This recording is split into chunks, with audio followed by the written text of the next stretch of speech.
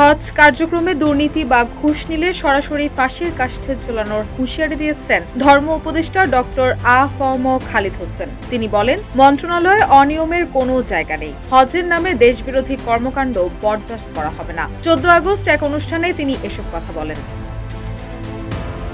ধর্ম উপদেষ্টা বলেন, আমার মন্ত্রণালয়ে দুর্নীতি চলবে না। হজ কার্যক্রমে কেউ যদি দুর্নীতি বা ঘুষ নেন তাদের ফাঁসির কাষ্ঠে ঝোলানো হবে। এ বিষয়ে আপনারা আমাকে সহযোগিতা করবেন। উড়োজাহাজের ভাড়া কমাতে আমরা কাজ শুরু করেছি। বিমান সহ হজে যুক্ত অন্য কোনো এয়ারলাইন্সের সঙ্গে আমরা যখনই কথা বলবো তখন হজ এজেন্সিজ অ্যাসোসিয়েশন অফ বাংলাদেশের প্রতিনিধিদের উপস্থিতি নিশ্চিত রাখব, যেন তারা মতামত জানাতে পারেন।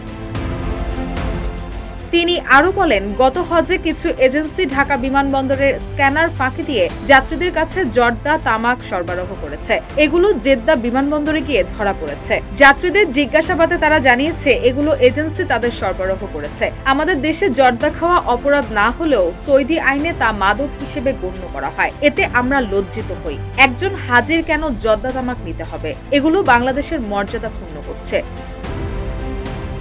ধর্ম উপদেষ্টা আরো বলেন, গত হজে জেদ্দা বিমানবন্দর দিয়ে ঢাকা ফেরার পথে এক এজেন্সি মালিক হজযাত্রীকে দিয়ে 2 কেজি 80 গ্রাম স্বর্ণ পাচারের চেষ্টা করেছেন। পরে তা জেদ্দা বিমানবন্দরে ধরা পড়ে। এসব বিষয়ে হাব সহ সবাইকে সচেতন হতে হবে। এভাবে দেশের সুনাম ক্ষুণ্ণ করা যাবে না। রুশা সুর, নিউজ ডেস্ক, ইত্তেফাক।